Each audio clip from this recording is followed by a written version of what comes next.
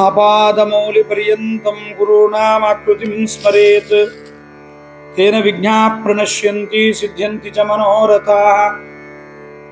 श्रीमतो राघवेन्द्रस्य नमामि पदपङ्कजे कामिताशेषकल्याणकलनाकल्पपादपोः जलज्येष्ठनिभाकारं जगदीशपदाश्रयं जगतीतलविख्यातं जगन्नाथगुरुन् भजे। ಹರಿಕಥಾಮೃತಸಾರ ಗುರುಗಳ ಕರುಣದಿಂದಾಪನಿತು ಪೇಳುವೆ ಪರಮ ಭಗವದ್ಭಕ್ತರು ಇದನ್ನು ಆದರದಿ ಕೇಳುವುದು. ಶ್ರೀರಮಣಿಕರ ಕಮಲ ಪೂಜಿತ ಚಾರು ಚರಣ ಸರೋಜ ಬ್ರಹ್ಮ ಸಮೀರ ವಾಣಿ ಫಣೀಂದ್ರವೀಂದ್ರ ಭವೇಂದ್ರ ಮುಖವಿನುತ ನೀರಜ ಭವಾಂಡೋದಯ ಸ್ಥಿತಿ ಕಾರಣನೆ ಕೈವಲ್ಯದಾಯಕ ನಾರಸಿಂಹನೆ ನಮಿಪೆ ಕರುಣಿಪುದು ಯಮಗೆ ಮಂಗಳವಾ. ಶ್ರೀ ಗುರುಭ್ಯೋ ನಮಃ. 16ನೇ ಪದ್ಯವನ್ನು ನೋಡ್ತಾ ಇದ್ದೇವೆ. 16ನೇ ಪದ್ಯದಲ್ಲಿ 10ನೇ ಕಕ್ಷವನ್ನ ಅಲ್ಲಿ ಬಂದವರ ಅವತಾರಗಳನ್ನ ಅನಿರುದ್ಧ, ರತಿ, ಶಚಿ ಇವರೆಲ್ಲರ ಅವತಾರವನ್ನು ಹೇಳ್ತಾ ಇದ್ದಾರೆ. ಬಹಳ ಅದ್ಭುತವಾದ ಸಂಗ್ರಹ ಜಗನ್ನಾಥದಾಸರದು. ಈ ಸಂಗ್ರಹಕ್ಕೆ ನಾವೆಷ್ಟು ತಲೆಬಾಗಿದರೂ ಸಾಲದು.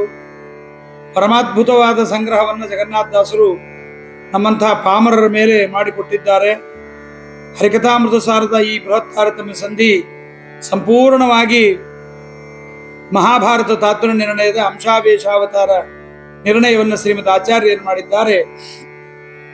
ಆ ಒಂದು ಅದರ ಮೂಲ ಸ್ವರೂಪವನ್ನೇ ಹಿಡಿದು ತಾವು ಕೂಡ ಇಲ್ಲಿ ಇದನ್ನು ಮಾಡಿದ್ದಾರೆ ಎಂಬುದನ್ನು ನಾವು ತಿಳಿಯಬೇಕು. ಇದಾದ ಮೇಲೆ 16ನೇ ಪದ್ಯದಲ್ಲಿ ಪದ್ಯವನ್ನು ಓದ್ತಾ ಇದ್ದೀನಿ. ಕಾಮಪುತ್ರ ನಿರುದ್ಧ ಸೀತಾ ರಾಮನಾನುಜ ಶತ್ರುಹನ ಬಲರಾಮನಾನುಜ ಪೌತ್ರನ ನಿರುದ್ಧಗ ಅನಿರುದ್ಧನೊಳಗ ನಿರುದ್ಧ ಕಾಮಭಾರ್ಯ ರುಕ್ಮವತಿ ಸನ್ನಾಮ ಲಕ್ಷಣಳೆನಿಸುವಳು ಪೌಲೋಮಿ ಚಿತ್ರಾಂಗದೆಯುತಾರ ಎರಡು ಹೆಸರುಗಳು. ಕಾಮನ ಮೂಲ ರೂಪದಲ್ಲಿ ಕಾಮನ ಪುತ್ರನಾದ ಅನಿರುದ್ಧ, ಕಾಮಪುತ್ರ ಪದಚ್ಛೇದ ಅನಿರುದ್ಧ, ಸೀತಾರಾಮನ ಅನುಜ ಶತ್ರುಹನ, ಬಲರಾಮನ ಅನುಜ ಪೌತ್ರ ಅನಿರುದ್ಧನೊಳಗೆ ಅನಿರುದ್ಧ, ಕಾಮಭಾರ್ಯ ರುಕ್ಮವತಿ ಸನ್ನಾಮ ಲಕ್ಷಣಳೆನಿಸುವಳು ಪೌಲೋಮಿ ಚಿತ್ರಾಂಗದೆಯು ತಾರಾ ಎರಡು ಪೆಸರುಗಳು ಅಂತ ಹೀಗೆ ಈ ಪದ್ಯದ ಪದಚ್ಛೇದ. ಮುಂದೆ ನಾವು ನೋಡಿದರೆ ಮೂಲ ರೂಪದಲ್ಲಿ ಕಾಮನ ಪುತ್ರನಾದ ಅನಿರುದ್ಧನ ಅವನು ಅವತಾರದಲ್ಲಿ ಸೀತಾರಾಮನ ಅಂದರೆ ಸೀತಾದೇವಿಯ ಗಂಡನಾದ ರಾಮಚಂದ್ರ ದೇವರ ಅನುಜ ಶತ್ರುಘ್ನನಾಗಿದ್ದಾನೆ. ಅದೇ ಅನಿರುದ್ಧನೇ ಮತ್ತೆ ಬಲರಾಮನ ತಮ್ಮನಾದ ಕೃಷ್ಣನಿಗೆ ಪೌತ್ರ, ಕೃಷ್ಣನ ಮಗ ಪ್ರದ್ಯುಮ್ನ ಅವನ ಮಗ ಅನಿರುದ್ಧನಾಗಿಯೂ ಕೂಡ ಹುಟ್ಟಿದ್ದಾನೆ ಅಂತ ತಿಳಿಬೇಕು. ಕನ್ಫ್ಯೂಷನ್ ಮಾಡ್ಕೋಬೇಡ್ರಿ. ಅವನೊಳಗೆ ವಿಶೇಷ ಆವೇಶ ಹೊಂದಿದ್ದಾನೆ ಪ್ರಿಯ ಪರಮಾತ್ಮನ ಶ್ರೀಹರಿಯ ಅನಿರುದ್ಧ ರೂಪ ಎಂಬುದನ್ನು ತಿಳಿಯಬೇಕು. ಮೂಲ ರೂಪದಲ್ಲಿ ಕಾಮನ ಮಗನಾದ ಅನಿರುದ್ಧ, ಅವನು ಅವತಾರದಲ್ಲಿ ರಾಮನ ತಮ್ಮನಾಗಿ ಶತ್ರುಘ್ನಾಗಿ ಹುಟ್ಟಿದ್ದಾನೆ. ಅವನೇ ಅನಿರುದ್ಧ. ಬಲರಾಮನ ಅನುಜ ಅಂತ ಹೇಳ್ತಾರೆ, ಗೊತ್ತಾಗ್ಲಿ ಅಂತ. ಬಲರಾಮನ ಅನುಜ ಶ್ರೀಕೃಷ್ಣ, ಅವನ ಪೌತ್ರ ಕೃಷ್ಣನ ಮಗನಾದ ಪ್ರದ್ಯುಮ್ನನ ಮಗನಾದ ಅನಿರುದ್ಧ. ಈ ಅನಿರುದ್ಧನೊಳಗೆ ವಿಶೇಷ ಆವೇಶ ಪರಮಾತ್ಮನ ಅನಿರುದ್ಧ ರೂಪ ಎಂಬತಕ್ಕಂಥದ್ದನ್ನ ನಾವು ತಿಳಿಯಬೇಕು. ಇನ್ನು ಕಾಮನ ಭಾರ್ಯ ರತಿದೇವಿ ಅವತಾರದಲ್ಲಿ ರುಕ್ಮವತಿ ಎಂಬುದಾಗಿ ತಾನು ಸನ್ನಾಮದಿಂದ ರುಕ್ಮಿಯ ಮಗಳಾಗಿದ್ದಾಳೆ. ರುಕ್ಮಿಣಿಯ ಅಣ್ಣ ರುಕ್ಮಿ ಏನಿದ್ದಾನಲ್ಲ, ರುಕ್ಮಿಯ ಮಗಳಾಗಿ ತಾನು ರುಕ್ಮವತಿ ಎಂಬತಕ್ಕಂಥ ನಾಮದಿಂದ ಹುಟ್ಟಿದ್ದಾಳೆ.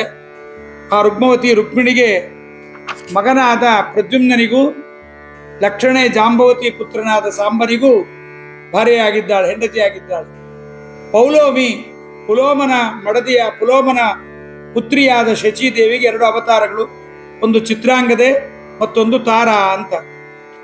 ನಿಧಾನವಾಗಿ ಕೇಳಿ, ಇಲ್ಲಿ ಸ್ವಲ್ಪ ಅನೇಕ ವಿಚಾರಗಳಿದೆ, ನಿಮಗೆ ಅದನ್ನು ಹೇಳ್ತೀನಿ.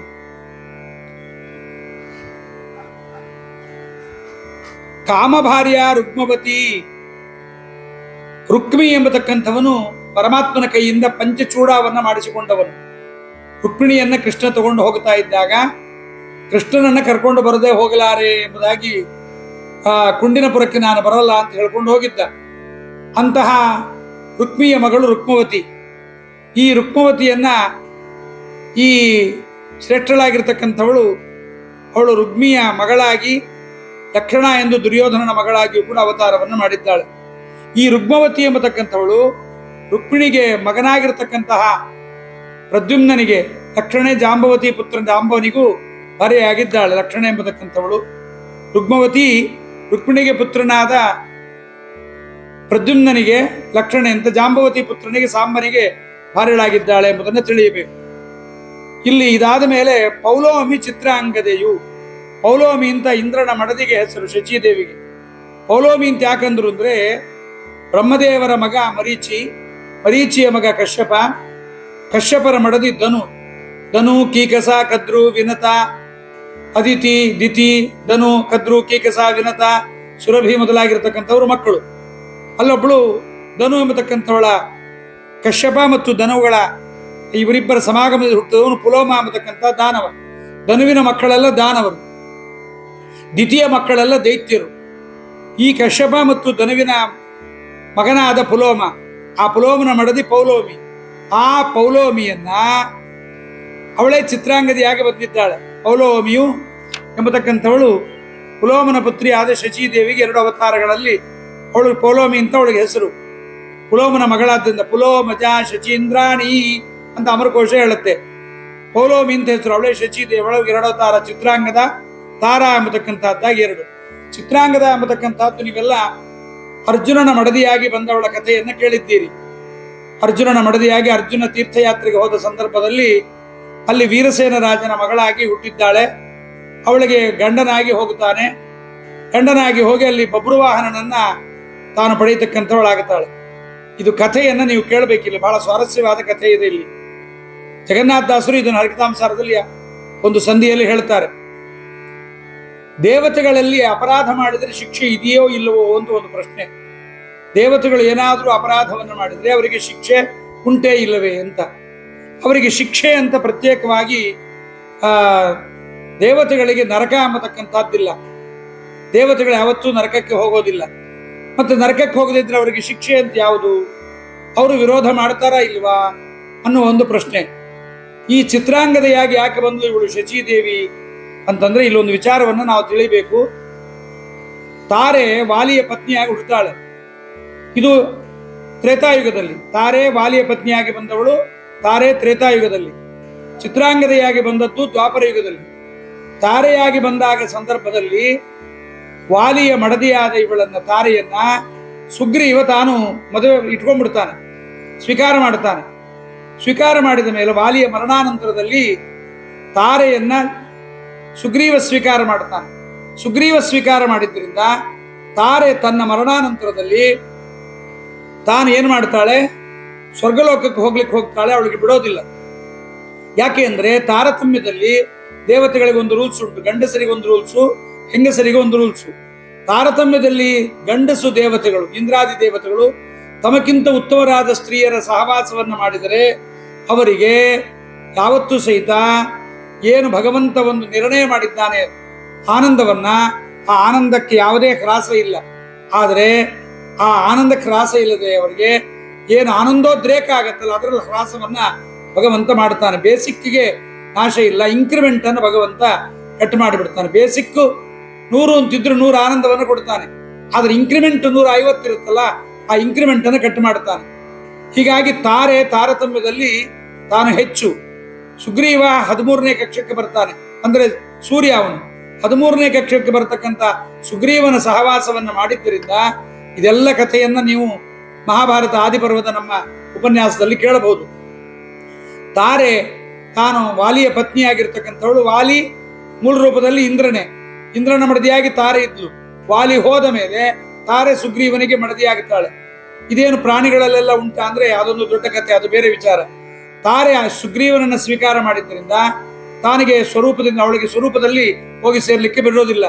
ತಾರಾ ದೇಹೇ ಸೂರಜ ಸ್ಯಾಂಗ ಸಂಗಾತ್ ಸ್ವರ್ಗಂ ನಾಯಾದ್ ಅಂತರಿಕ್ಷ ದಿಹಾಸೀತ್ ತೇನೈವ ಹೇತೋರ್ ನಾತಿ ಸಾಮೀಪ್ಯಮಾಸೀತ್ ಅಂತ ಶ್ರೀಮದ್ ಆಚಾರ್ಯರು ಮಹಾಭಾರತ ತತ್ವ ನಿರ್ಣಯವನ್ನ ಅದರ ವಿಚಾರವನ್ನು ಹೇಳ್ತಾರೆ. ಈ ತಾರೆ ತಾನು ಪುನಃ ಹುಟ್ಟಬೇಕಾಗಿ ಬಂದು ಅರ್ಜುನನಿಗೆ ತಾನು ಮಡದಿಯಾಗಿ ಬಬ್ರುವಾಹನನನ್ನು ಪಡೆದ ಮೇಲೆ ತನ್ನ ಮೂಲ ರೂಪವನ್ನು ಸೇರುತ್ತಾಳೆ. ಇವಳಿಗೆ ಬಬ್ರುವಾಹನನ ಜೊತೆಯಲ್ಲೂ ಸಹಿತ ಸರಿಯಾದ ಸಾಮೀಪ್ಯ ಇರೋದಿಲ್ಲ, ಬಹಳಷ್ಟು ದಿವಸ ಒಟ್ಟಿಗೆ ಇರೋದಿಲ್ಲ. ತಾರಾದೇಹೇ ಸೂರ್ಯ ಸ್ಯಾಂಗ ಸಂಗಾತ್, ತಾರಾದೇಹದಲ್ಲಿ ತಾನು ಸುಗ್ರೀವನ ಸಂಘವನ್ನ ಮಾಡಿದ್ರಿಂದ ಅವಳಿಗೆ ಇಲ್ಲೂ ಕೂಡ ಚಿತ್ರಾಂಗದೆಯಾಗಿದ್ದಾಗಲೂ ಕೂಡ 1 ವರ್ಷ ಮಾತ್ರ ತಾನು ಅರ್ಜುನನ ಜೊತೆಗಿರ್ತಾಳೆ, ಮುಂದೆ ಇರೋದಿಲ್ಲ. ಆಮೇಲೆ ಈ ತಾರೆ ಯಾರಪ್ಪ ಅಂದ್ರೆ, ಈ ತಾರೆ ಬೃಹಸ್ಪತಿ ಮತ್ತು ತಾರೆ ವಾಲಿಪತ್ನಿ ಅಣ್ಣ ತಂಗಿಯಾಗಿ ತ್ರೇತಾಯುಗದಲ್ಲಿ ಅವತಾರವನ್ನು ಮಾಡ್ತಾರೆ. ಬೃಹಸ್ಪತ್ಯಾಚಾರ್ಯರು ತಾರನಾಮಕ ತ್ರೇತೆಯೊಳಗೆ ಅಂತ ತಾರೆ ಮುಂದಿನ ಪದ್ಯದಲ್ಲಿ ಅದನ್ನು ಇಟ್ಕೋಬೇಕು.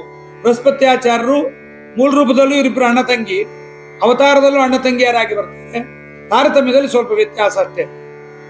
ಹೀಗಾಯ್ತು. ಇದಾದ ಮೇಲೆ ವಾಲಿಯ ಪತ್ನಿಯಾಗಿ ಅಂಗದನನ್ನು ತಾನು ಹಡಿತಾಳೆ.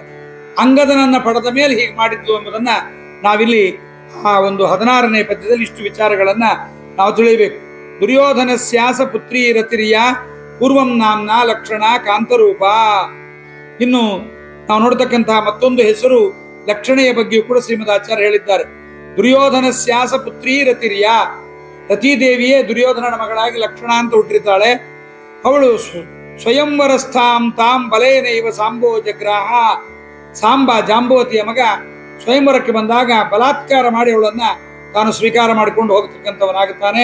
ಸ್ವೀಕಾರ ಮಾಡಿಕೊಂಡು ಹೋಗಿದ್ದರಿಂದ ಆ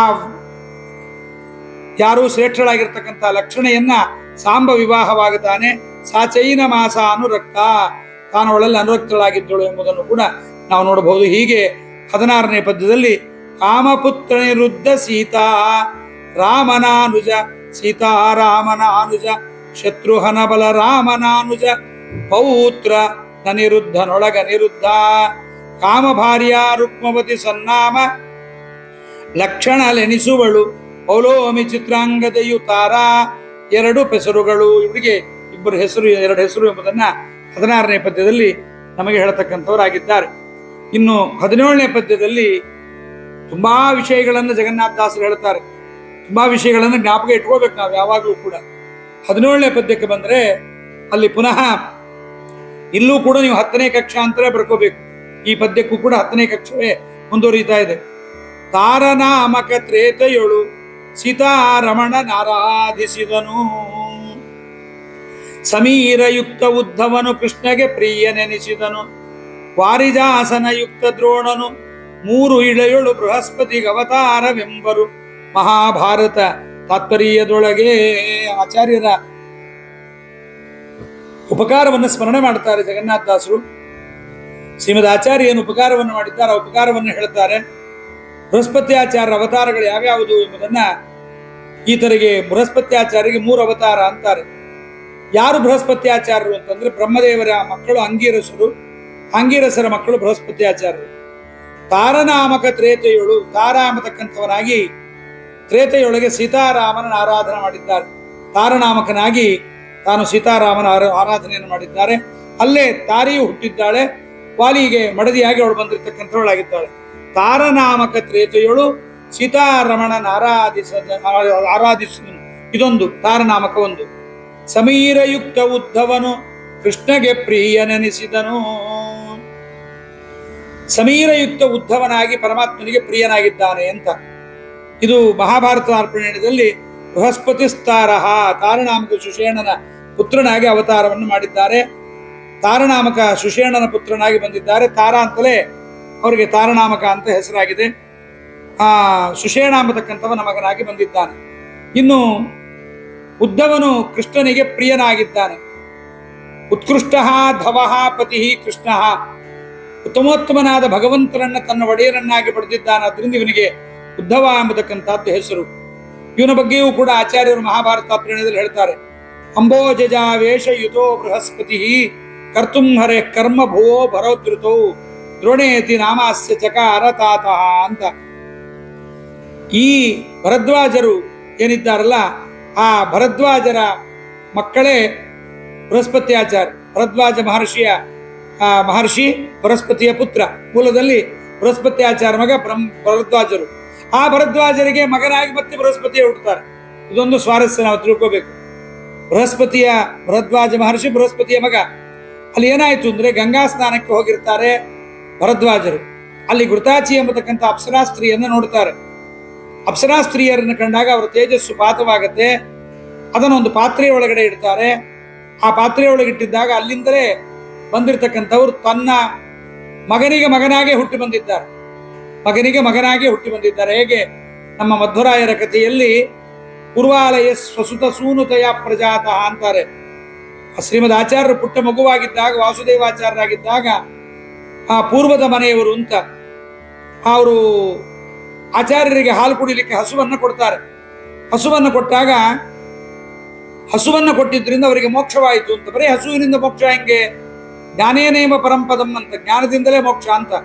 ಬರೀ ಹಸು ಗೋದಾನ ಮಾಡಿದ್ರಿಂದ ಮೋಕ್ಷ ಹೆಂಗಾಯ್ತು ಅಂತ ಅದಕ್ಕೆ ಮುಂದೆ ಹೇಳ್ತಾರೆ, ಸ್ವಸುತ ಸೂನುತಯ ಪ್ರಜಾತಃ ಅಂತ. ಆ ವ್ಯಕ್ತಿ ತಾನು ಗೋದಾನವನ್ನು ಕೊಡುವಾಗ ವಯಸ್ಸಾಗಿತ್ತು, ಮೃತನಾದ, ತನ್ನ ಮಗನಿಗೆ ಮಗನಾಗಿ ಹುಟ್ಟಿದ. ಅಷ್ಟೊತ್ತಿಗೆ ವಾಸುದೇವಾಚಾರ್ಯರು ಮಧ್ವಾಚಾರ್ಯರಾಗಿ ಪೂರ್ಣಪ್ರಜ್ಞರಾಗಿ ದಶಪ್ರಮತಿಗಳಾಗಿ ದೊಡ್ಡವರಾಗಿ ಬೆಳೆದು ಗ್ರಂಥಗಳನ್ನ ಬರೆದಿದ್ರು. ಆ ಗ್ರಂಥಗಳನ್ನು ಓದಿ ಗ್ರಂಥಗಳ ಮೂಲಕವಾಗಿ ಮೋಕ್ಷವನ್ನು ಪಡೆದ್ರು. ಜ್ಞಾನದಿಂದಲೇ ಅಂದ್ರೆ ಜ್ಞಾನವನ್ನು ಪಡೆಯಲಿಕ್ಕೆ ಗೋದಾನ ಕಾರಣವಾಯಿತು.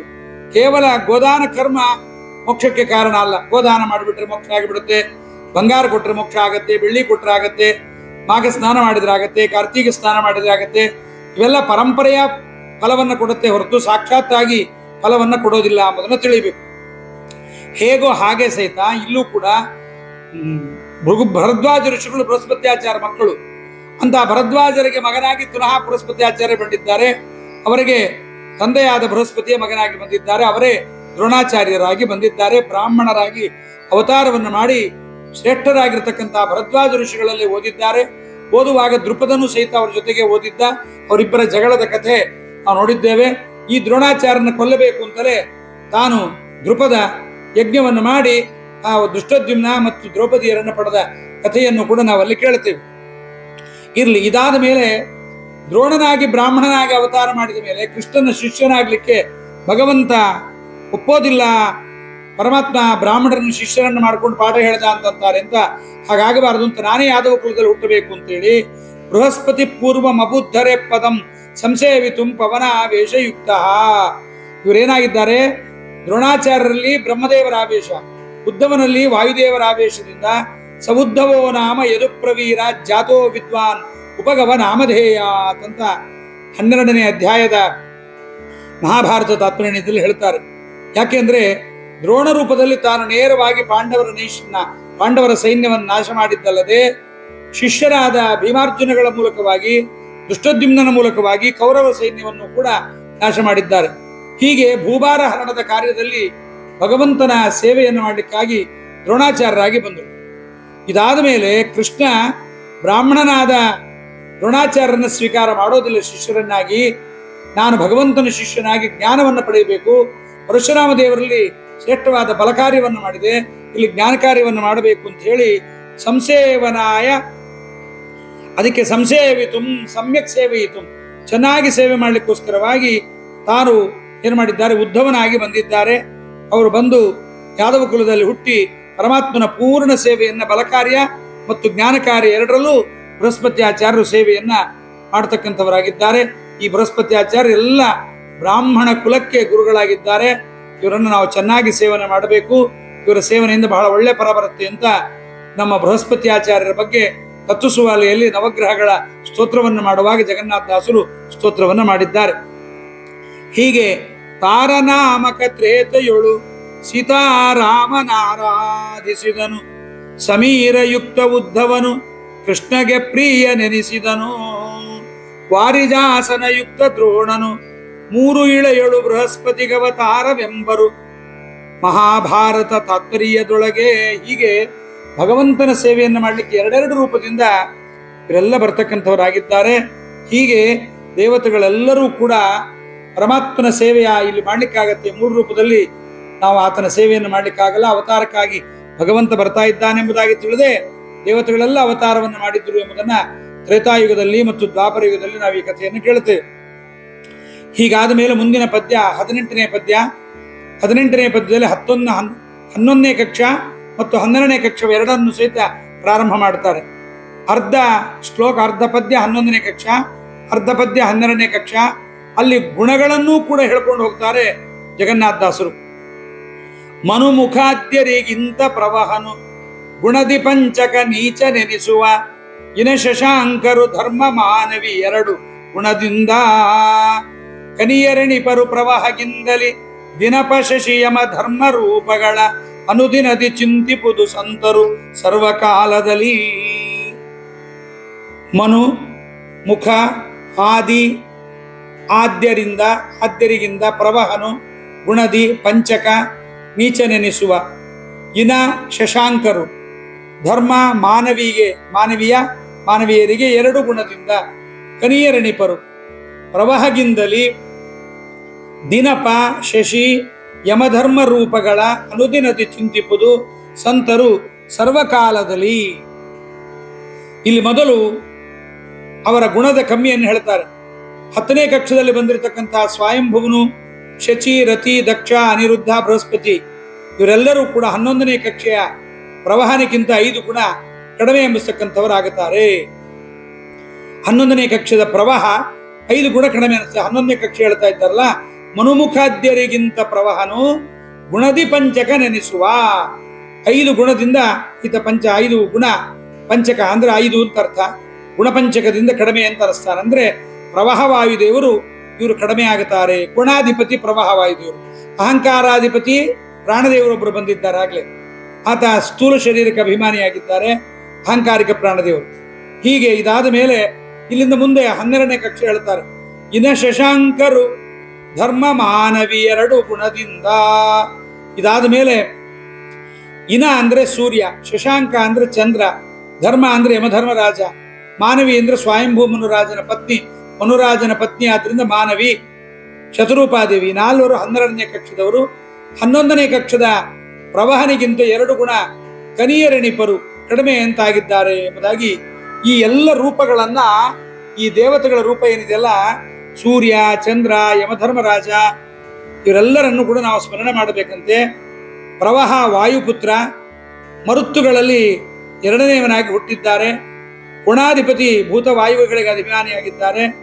ಈತ ಭೂತವಾಯು ಅಭಿಮಾನಿ ಅಂತಂದ್ರೆ ಮಳೆ ಮತ್ತು ಮೋಡಗಳನ್ನ ಕೊಂಡೊಯ್ಯತಕ್ಕಂಥ ಪ್ರವಾಹದಂದಲ್ಲಿ ಕೊಡಲಿ ಯಮಗೆ ಅಂತ ಜಗನ್ನಾಥದಾಸರು ಇವರ ಸ್ತೋತ್ರವನ್ನ ಅದನ್ನು ಜೊತೆಗಿಟ್ಕೋಬೇಕು. ಕಕ್ಷಾತಾರತಮ್ಯ ಸಂಧಿಯಲ್ಲಿ ಇವರ ಬಗ್ಗೆ ಹೇಳ್ತಾರೆ, ನಾಳೆಯಿಂದ ನೋಡೋಣ. ಅದನ್ನು ಕಕ್ಷಾತಾರತಮ್ಯ ಸಂಧಿಯ ಪದ್ಯವನ್ನು ಇದರ ಜೊತೆಗೆ ಹೇಳಿಬಿಟ್ರೆ 2 ಪಾಠ ಒಟ್ಟಿಗೆ ಆದಂಗಾಗತ್ತೆ. ಆದ್ದರಿಂದ ಇದಾದ ಮೇಲೆ ಕೋಣಾಧಿಪತಿ ಈತ ಈ ಮಳೆ ಮತ್ತು ಬಿಸಿಲಿನ ಮತ್ತು ಮಳೆ ಮತ್ತು ಮೋಡದ ಗಾಳಿ ಬಂದ್ರೆ ಅವತ್ತು ಅನಧ್ಯಯನವಂತೆ.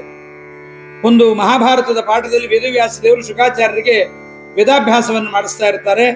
ಆ ವಾಯು ಗಾಳಿ ಬೀಸಲಿಕ್ಕೆ ಶುರು ಮಾಡಿದಾಗ ಇವತ್ತು ಅನಧ್ಯಯನ ಸೂಚಕ ಅಂತ ಅದನ್ನು ಬಿಟ್ಟು ಬಿಡ್ತಾರೆ ಎಂಬುದನ್ನ, ಗಂಗಾ ನದಿ ಸ್ನಾನಕ್ಕೆ ಹೋಗಿಬಿಟ್ರು ಎಂಬುದನ್ನ ನಾವು ಕೇಳುತ್ತೇವೆ.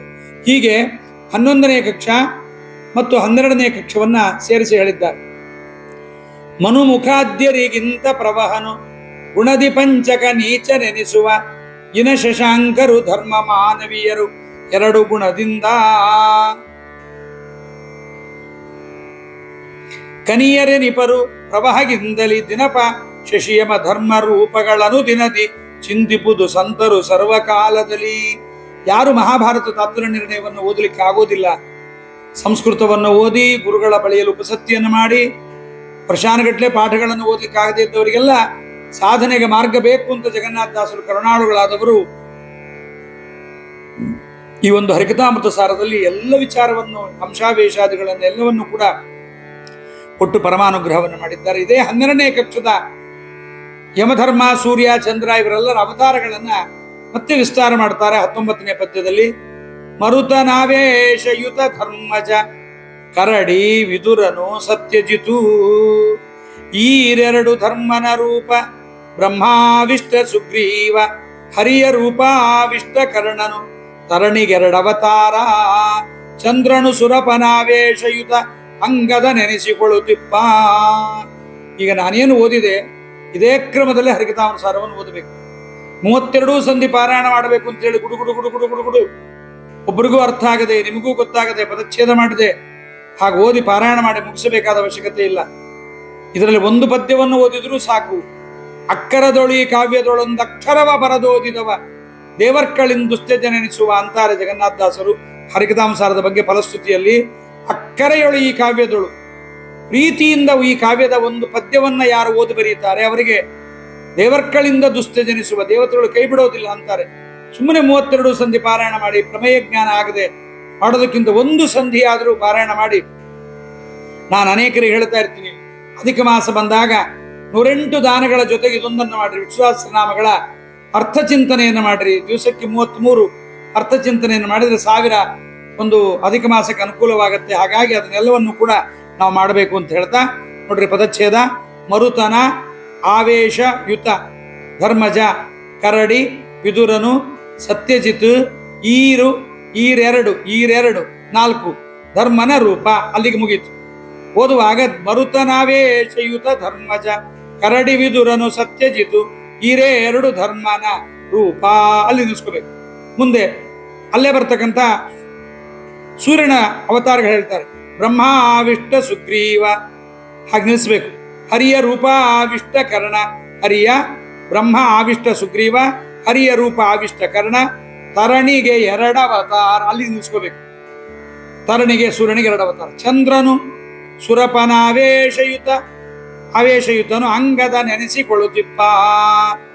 ಇಲ್ಲಿ 12ನೇ ಕಕ್ಷದಲ್ಲಿ ಬರ್ತಕ್ಕಂಥ ಯಮಧರ್ಮರಾಜ, ಜಾಂಬುವಂತ, ವಿದುರ, ಸತ್ಯಜಿತ್ ರಾಜ ಅಂತ ಈ 12ನೇ ಕಕ್ಷದಲ್ಲಿ ಬಂದ ಯಮಧರ್ಮರಾಜನ ಬಗ್ಗೆ, ಯಮಧರ್ಮರಾಜನಿಗೆ ಎಲ್ಲೆಲ್ಲಿ ಅವತಾರಗಳಾಗಿದೆ ಎಂಬುದನ್ನು ಹೇಳ್ತಾರೆ.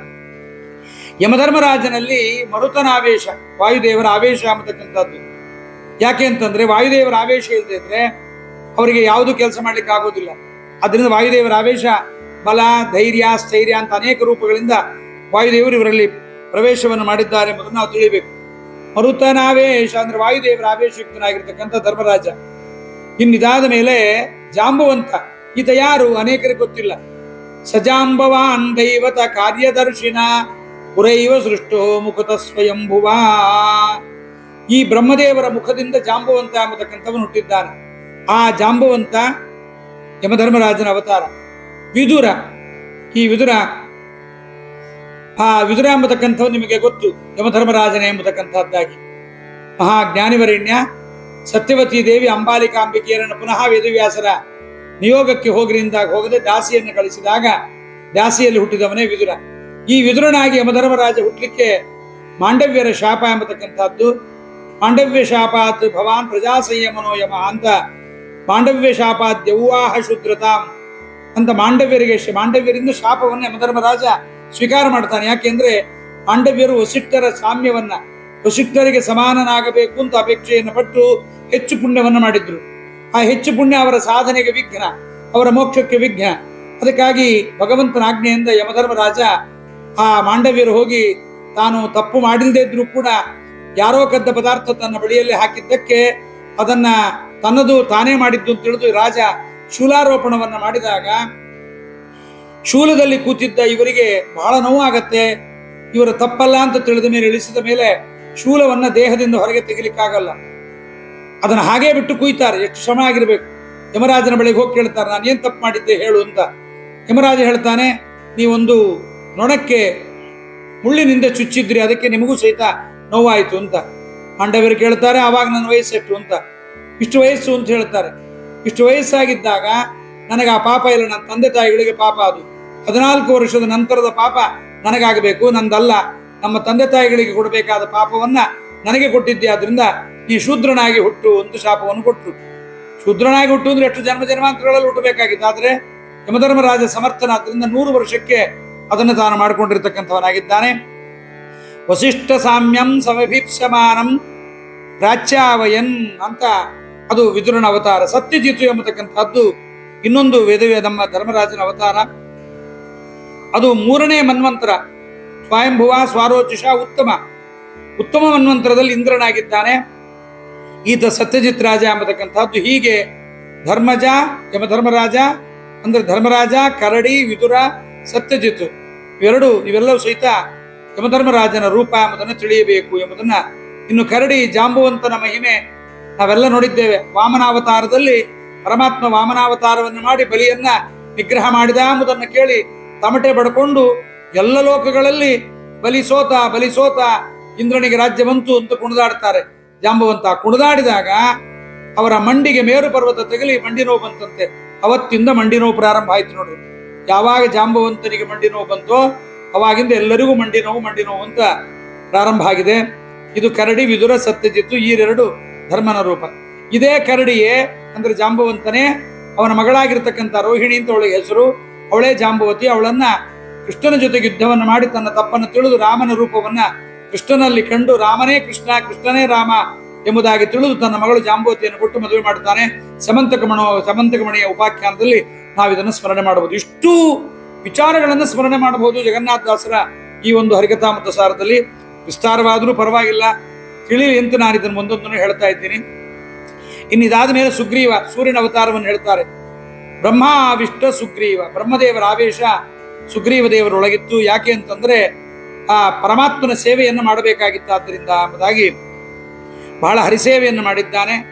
ಮತ್ತೆ ಮುಂದೊಂದು ಅವತಾರ ಕರ್ಣನು, ಹರಿಯ ರೂಪ ಆವಿಷ್ಟ ಕರ್ಣ, ಪರಮಾತ್ಮನ ರೂಪದಿಂದ ಕೂಡಿರತಕ್ಕಂಥವನು. ಕರ್ಣನಲ್ಲಿ ಪರಮಾತ್ಮನ ರೂಪ, ಪರಮಾತ್ಮನ ಬಳಿಯಲ್ಲಿ ವಿದ್ಯಾಭ್ಯಾಸ. ನೋಡ್ರಿ ಸೂರ್ಯನ ಮಹಿಮೆ ಎಷ್ಟಿದೆ.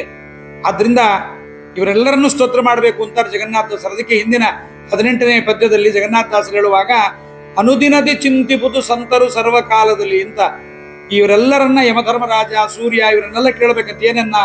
ಆರೋಗ್ಯ ಕಡಿಮೆ ಆದ್ರೆ ಆರೋಗ್ಯಂ ಭಾಸ್ಕರ ಆದಿಚ್ಛೇತ್ ಅಂತ. ನಮಗೆ ಆರೋಗ್ಯ ಕಡಿಮೆ ಆದ್ರೆ ಸೂರ್ಯನ ಆರಾಧನೆಯನ್ನು ಮಾಡಬೇಕು. ಒಳ್ಳೆ ವಿದ್ಯೆ ಬರಬೇಕು ಅಂದ್ರೆ ವಿದ್ಯಾ ಕಾಮಸ್ತು ಗಿರೀಶಂ, ಒಳ್ಳೆ ವೈದಿಕ ವಿದ್ಯೆ ನಮಗೆ ಬರಬೇಕು ಅಂದ್ರೆ ಪ್ರತಿನಿತ್ಯ ರುದ್ರದೇವರ ಆರಾಧನೆ ಮಾಡಬೇಕು. ಗಂಡ ಹೆಂಡತಿಯರಲ್ಲಿ ಜಗಳ ಬರಬಾರದು. ಈಗಿನ ಕಾಲದಲ್ಲಿ ವಿಪರೀತ ಡೈವೋರ್ಸ್ಗಳು, ಅದಾಗಬಾರದು ಅಂದ್ರೆ ರುದ್ರದೇವರ ಪೂಜೆಯನ್ನು ಚೆನ್ನಾಗಿ ಮಾಡಬೇಕು. ಗೌರಿ ಪೂಜೆ ಅಂತ ಯಾಕೆ ಮಾಡಿಸ್ತಾರೆ? ಇದಕ್ಕೋಸ್ಕರವಾಗಿ ಮಾಡಿಸ್ತಾರೆ. ಅದನ್ನು ಮಾಡಿದರೆ ದಂಪತಿಗಳಲ್ಲಿ ವೈಮನಸ್ಯ ಬರೋದಿಲ್ಲ. ಮಕ್ಕಳಾಗಬೇಕು ಅಂದ್ರೆ ಪ್ರಜಾಕಾಮ ಪಿತೃದೇವತೆಗಳನ್ನು ಆರಾಧನೆ ಮಾಡಿದ್ರೆ ಮಕ್ಕಳಾಗುತ್ತಾರೆ ಎಂಬತಕ್ಕಂಥದ್ದನ್ನು ಹೇಳುತ್ತಾರೆ. ಹೀಗೆ ಹರಿಯ ರೂಪ ವಿಷ್ಣುಕರ್ಣ, ಬ್ರಹ್ಮಾವಿಷ್ಟ ಸುಗ್ರೀವ ಇವೆರಡು ತರಣಿಗೆ ಎರಡು ಅವತಾರ. ಇವೆರಡು ಸಹಿತ ಇವನಿಗೆ ಅವತಾರ ಆಗಿದೆ. ಸುಗ್ರೀವ ಆಸೀತ್ ಪರಮೆಷ್ಟಿ ತೇಜಸಾಯುತೋ ರವಿಹಿ, ಬ್ರಹ್ಮದೇವರ ಆವೇಶಕ್ಕೊಳಗಾಗಿ ಸುಗ್ರೀವ ಹುಟ್ಟಿರ್ತಕ್ಕಂಥವನಾಗಿದ್ದಾನೆ. ಇದಾದ ಮೇಲೆ ಮುಂದೆ ಕರ್ಣ, ಅವನೇ ಸಾಕ್ಷಾತ್ ಸೂರ್ಯನೇ ಕರ್ಣನಾಗಿ ಬಂದ. ಹೌದು, ಯಾಕೆ ಅವನಿಗೆ ಅಂತ ಕರ್ಣನಾಗಿ ಬಂದು ತಾಯಿಯನ್ನು ಕಳ್ಕೊಂಡು ತಾನು ಅನೇಕರ ಶಾಪಕ್ಕೊಳಗಾಗಿ ಪರಶುರಾಮ ದೇವರದಲ್ಲಿ ವಿದ್ಯಾಭ್ಯಾಸವನ್ನು ಮಾಡಿ ಆ ವಿದ್ಯಾಭ್ಯಾಸ ಮಾಡಿದ್ರು ಪರಶುರಾಮ ದೇವರಿಂದ ಶಾಪ ತಗೊಂಡು, ಅಯ್ಯೋ ಕರ್ಣನ ಒಂದು ಟ್ರಾಜಿಡಿ ಕಥೆ. ಕುಂತಿ ಮತ್ತು ಕರ್ಣ ತಾಯಿ ಮಕ್ಕಳ ಕಥೆ ಬಹಳ ಭಯಂಕರ ಅದ್ಭುತವಾಗಿರ್ತಕ್ಕಂಥ ಕಥೆ. ಯಾಕೆ ಅಂತಂದ್ರೆ ಕರ್ಣ ಹಿಂದಿನ ಜನ್ಮದಲ್ಲಿ ಸುಗ್ರೀವನಾಗಿದ್ದಾಗ ವಾಲಿಯನ್ನು ಕೊಲ್ಲು ಅಂದ. ಒಮ್ಮೆಗೆ ಪರಮಾತ್ಮ ಕೊಲ್ಲಿಲ್ಲ, ಮತ್ತೆ ಮತ್ತೆ ಒತ್ತಾಯ ಮಾಡಿದ್ರಿಂದ ವಾಲಿಯನ್ನು ಪರಮಾತ್ಮ ಕೊಲ್ತಾನೆ. ಅದಕ್ಕೆ ಪುರಾಸ ವಾಲಿ ಮಾರಣ ಪ್ರಭೂತ ದೋಷ ಕಾರಣಾತ್ ಸಹಸ್ರವರ್ಮ ನಾಮಿನ ಸುರೇಣ ವ್ಯಕ್ತಿತೋ ಜನಿ ತಥಾಪಿ ರಾಮ ಸೇವನಾತ್ ಹರೇಶ್ಚ ಸನ್ನಿಧಾನಯುಕ್ ಸುದರ್ಶನೀಯ ಕರ್ಣ ತಸ್ಸ ಕರ್ಣ ನಾಮಕೋ ಭವತ್ ಅಂತ ಆಚಾರ್ಯರು ತಾತ್ಪರ್ಯ ನಿರ್ಣಯದಲ್ಲಿ ಕರ್ಣನ ಬಗ್ಗೆ ಹೇಳ್ತಾರೆ. ವಾಲಿಯನ್ನ ಕೊಲ್ಲಿಸಿದ ಭಯಂಕರವಾದ ಪಾಪದ ದೋಷದಿಂದ ಅಂತ ಕೊಂದವನು ರಾಮ. ನೋಡ್ರಿ, ಕತೆ ಕೇಳಿದವರಿಗೆಲ್ಲ ಗೊತ್ತು. ಸುಪಾರಿ ಕೊಟ್ಟಿದ್ದು ಸುಗ್ರೀವ, ಕೊಲ್ಲು ಅಂತ. ಕೊಂದವನಿಗೇನು ಪಾಪ ಇಲ್ಲ ಪರಮಾತ್ಮನಿಗೆ, ಕೊಲ್ಲಿಸಿದ ಸುಗ್ರೀವನಿಗೆ ಪಾಪ ಬಂತು. ಮತ್ತು ಅದರ ಜೊತೆಗೆ ಇನ್ನೊಂದು ಹೇಳ್ತಾರೆ, ಈ ಸುಗ್ರೀವ ಸೂರ್ಯನಾಗಿ ತಾನು ಶ್ರೇಷ್ಠವಾಗಿರತಕ್ಕಂಥ ಮೇರು ಪರ್ವತವನ್ನು ಸುತ್ತುತ್ತಾನೆ. ಸುತ್ತಿದ್ದರ ಪುಣ್ಯವೂ ಹೆಚ್ಚಾಗಿತ್ತು. ಅದನ್ನೆಲ್ಲ ಕಡಿಮೆ ಮಾಡಲಿಕ್ಕೆ ಕರ್ಣನಾಗಿ ಹುಡುತ್ತಾನೆ. ತರಣಿಗೆ ಎರಡು ಅವತಾರ. ಹರೇಶ್ಚ ಚಂದ್ರ, ಹರೇಶ್ಚ ಪರಮಾತ್ಮನ ಸನ್ನಿಧಾನ, ಪರಶುರಾಮ ದೇವರ ಸೇವೆಯನ್ನು ಬಹಳ ಚೆನ್ನಾಗಿ ಮಾಡ್ತಾನೆ. ಚೆನ್ನಾಗಿ ಮಾಡಿ ವಿದ್ಯಾ ಬಂತು ಹೋಗು ಅಂತ ಕಳಿಸಿದ್ರು ಕೂಡ ಕರ್ಣ ಹೋಗಲ್ಲ. ಕರ್ಣ ಹೋಗದೆ ಸೇವೆ ಮಾಡ್ತಾನೆ. ಅವನ ಪುಣ್ಯವನ್ನು ಹರಾಸ ಮಾಡಲಿಕ್ಕೆ ಇಂದ್ರ ಹೇತಿನಾಮಕನಾಗಿರ್ತಕ್ಕಂಥವನ ಜೊತೆಗೆ ಬಂದು ಪರಶುರಾಮ ದೇವರನ್ನು ಮಲಗಿಸಿಕೊಂಡಿದ್ದ ಕರ್ಣನ ತೊಡೆಯನ್ನ ಕಚ್ಚಿ ರಕ್ತ ಬಂದು, ಅದು ರಕ್ತ ಅತ್ಯಂತ ಮೈಲಿಗೆ ಅದು ನನಗಾಯ್ತು ಅಂತ ಪರಶುರಾಮ ದೇವರೊಂದು. ರಾಮಣರು ಒಂದು ಸೊಳ್ಳೆ ಕಚ್ಚಿದ್ರೆ ತಡ್ಕೊಳ್ಳಲ್ಲ, ಇಷ್ಟು ರಕ್ತ ಬಂದ್ರೆ ಹೇಗೆ ತಡ್ಕೊಂಡು ನೀ ಯಾರು ಅಂತ ಕೇಳಿದಾಗ ಕರ್ಣ ತನ್ನ ಬಗ್ಗೆ ಎಲ್ಲ ಹೇಳ್ಕೊಳ್ತಾನೆ. ಕೊನೆಗೆ ಶಾಪ ಪಡೀತಾನೆ ಎಂಬುದನ್ನೆಲ್ಲವನ್ನು ಕೂಡ ನಾವು ಕೇಳುತ್ತೇವೆ. ಇಷ್ಟು ಸೂರ್ಯನ ಸುಗ್ರೀವ ಮತ್ತು ಶ್ರೇಷ್ಠನಾಗಿರ್ತಕ್ಕಂಥ ಕರ್ಣ ಅಂತ ಇವೆಲ್ಲ. ಅವನಲ್ಲಿ ಸಹಸ್ರವರ್ಮ ಎಂಬತಕ್ಕಂಥ ಒಬ್ಬ ದೈತ್ಯನ ಆವೇಶವೂ ಕೂಡ ಸಹಸ್ರವರ್ಮನಾಮಿನ ಸುರೇಣ ವ್ಯಕ್ತಿತ. ಅವನಲ್ಲಿ ಸಹಸ್ರವರ್ಮ ಎಂಬತಕ್ಕಂಥ ಅಸುರ ಆವೇಶನಾಗಿದ್ದ. ಆದರೂ ಹಿಂದಿನ ಜನ್ಮದಲ್ಲಿ ರಾಮದೇವರ ಸೇವೆ, ಪರಶುರಾಮ ದೇವರ ಸೇವೆ, ಪರಮಾತ್ಮನ ಸನ್ನಿಧಾನ ಯುಕ್ತನಾಗಿದ್ದ ಅಂತ ಬಹಳಷ್ಟು ದೊಡ್ಡ ಕತೆ ಕರ್ಣನ ಕತೆ. ಮುಂದೆ ಚಂದ್ರನು ಸುರಪನಾವೇಶಯುತನಂಗದ ಎನಿಸಿಕೊಳ್ಳುತ್ತಿಪ್ಪ.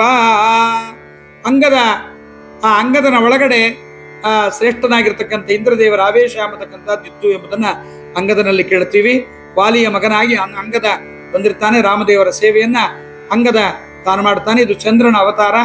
ಇಲ್ಲಿ ಅನೇಕರು ತಿಳ್ಕೋಬೇಕು. ನೀವೆಲ್ಲ ಅನೇಕರು ಫೋಟೋ ಬರೆಯುವಾಗ ರಾವಣಾಸುರನ ಎದುರಿಗೆ ಬಾಲವನ್ನ ದೊಡ್ಡ ಸೀಟಾಗಿ ಮಾಡಿಕೊಂಡು ಸಿಂಹಾಸನ ಮಾಡಿಕೊಂಡು ಕೂತಿದ್ದು ಹನುಮಂತ ಅಂತ ಅನೇಕರು ತಿಳಿದಿದ್ದಾರೆ.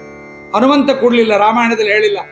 ಈ ಅಂಗದ ವಾಲಿಯ ಮಗ ಅಂಗದ ತಾನು ರಾವಣನ ಮನೆಗೆ ಹೋಗ್ತಾನೆ. ರಾವಣನ ಮನೆಗೆ ಹೋದಾಗ ನೀನು ಯಾರು, ಯಾತಕ್ಕೆ ಬಂದಿದ್ದಿ ಅಂತೆಲ್ಲ ಕೇಳಿದಾಗ ಅಂಗದನ ಪೌರುಷ ನೋಡ್ಬೇಕಲ್ಲಿ. ನೀನು ಯಾರು ಅಂತ ನನ್ನನ್ನು ಕೇಳಿದಿ, ಹೇಳ್ತೀನಿ ಕೇಳು. ನಮ್ಮಪ್ಪ ವಾಲಿ ಸಂಧ್ಯಾವಂದನೆ ಮಾಡಿದಾಗ ನೀನು ಬಹಳ ತೊಂದರೆ ಕೊಟ್ಟಿ. ಆಗ ನಮ್ಮಪ್ಪ ನಿನ್ನನ್ನ ಒಂದು ಕೂಸಂತೆ ಮಾಡಿ ಕೊಂಕಳಲ್ಲಿ ಎತ್ಕೊಂಡ. ತನ್ನ ಕೊಂಕಳಲ್ಲಿ ಸೇರಿಸಿಕೊಂಡು 4 ಸಮುದ್ರಕ್ಕೆ ಹೋಗಿ ಸೇವೆ ಮಾಡಿ ಕರ್ಕೊಂಡು ಬಂದು ನನ್ನ ಮಲಗಿಸಿದ್ದ ತೊಟ್ಲ ಮೇಲೆ ಒಂದು ಸಣ್ಣ ಪ್ರಾಣಿಯಂತೆ ನಿನ್ನನ್ನು ಕಟ್ಟಿದ್ದ. ನಾನು ಮೂತ್ರ ಮಾಡುವಾಗಲೇ ನಿನ್ನ ಬಾಯಲ್ಲಿ ಬೀಳ್ತಾ ಇತ್ತು. ಅಂತ ವಾಲಿಯನ್ನ ಕೊಂದ ರಾಮನ ಸೇವಕ ಅಂಗದ ಬಂದಿದ್ದೀನಿ ಅಂತ ಹೇಳಿ ಅಂಗದ ರಾಮನ ಸೇವಕ ಕೆಳಗೆ ಕೂಡಬಾರದು ಅಂತೇಳಿ ತನ್ನ ಬಾಲವನ್ನ ಎತ್ತರ ಮಾಡ್ಕೊಂಡು ಕೂತಿದ್ದು ಅಂಗದ. ಇದು ಅನೇಕರು ತಿಳಿಯಿದೆ, ಇವನೇ ಕೂತಿದ್ದ ಎಂಬತಕ್ಕಂಥದ್ದನ್ನ ತಾವು ತಿಳಿದಿದ್ದಾರೆ. ಇದನ್ನು ನಾವು ಚೆನ್ನಾಗಿ ತಿಳಿಯಬೇಕು. ಆದ್ರಿಂದ ಸುರಪನಾವೇಶಯುತ, ಚಂದ್ರಾವೇಶಯುಕ್ತನಾಗಿರ್ತಕ್ಕಂಥ ಚಂದ್ರ ಅಂಗದನಾಗಿ ಬಂದಿದ್ದಾನೆ. ಇಂದ್ರಾಂಗದೇ ಚೈವ ತತಂಗದೋ ಹಿ ಬಲಿ. ಅದಕ್ಕೆ ಇಂದ್ರದೇವರ ಆವೇಶ ಇದ್ದುದರಿಂದ ಅವನು ಬಲವಂತನಾಗಿ ಹುಟ್ಟಿದ್ದಾನೆ ಎಂಬತಕ್ಕಂಥದ್ದನ್ನ ಹೀಗೆ 12 ಕಕ್ಷಗಳನ್ನ ತಿಳಿಸಿದ್ದಾರೆ. 12ನೇ ಕಕ್ಷವನ್ನ 19ನೇ ಪದ್ಯ ತನಕ ತಂದಿದ್ದಾರೆ. ಮರುತನಾವೇಶಯುತ ಧರ್ಮಜ ಕರಡಿ ವಿದುರನು ಸತ್ಯಜಿತು ಈರೆರಡು ಧರ್ಮನ ರೂಪ. ಬ್ರಹ್ಮಾವಿಷ್ಟ ಸುಗ್ರೀವ ಹರಿಯ ರೂಪಾವಿಷ್ಟ ಕರ್ಣನು ತರಣಿಗೆರಡವತಾರ ಚಂದ್ರನು ಸುರಪನಾವೇಶಯುತ ಅಂಗದ ನೆನೆಸಿಕೊಳ್ಳುತ್ತಿಪ್ಪ. ಹೀಗೆ ಇಷ್ಟು ಈ ಒಂದು 12ನೇ ಕಕ್ಷದ ತನಕ ಬಂತು ಎಂಬುದನ್ನ ಹೇಳಿದ್ದಾರೆ. ಮುಂದೆ 13ನೇ ಕಕ್ಷದ ಬಗ್ಗೆ ಏನು ತಿಳಿಸ್ತಾರೆ ಎಂಬುದನ್ನು ಮುಂದೆ ತಿಳಿಯೋಣ.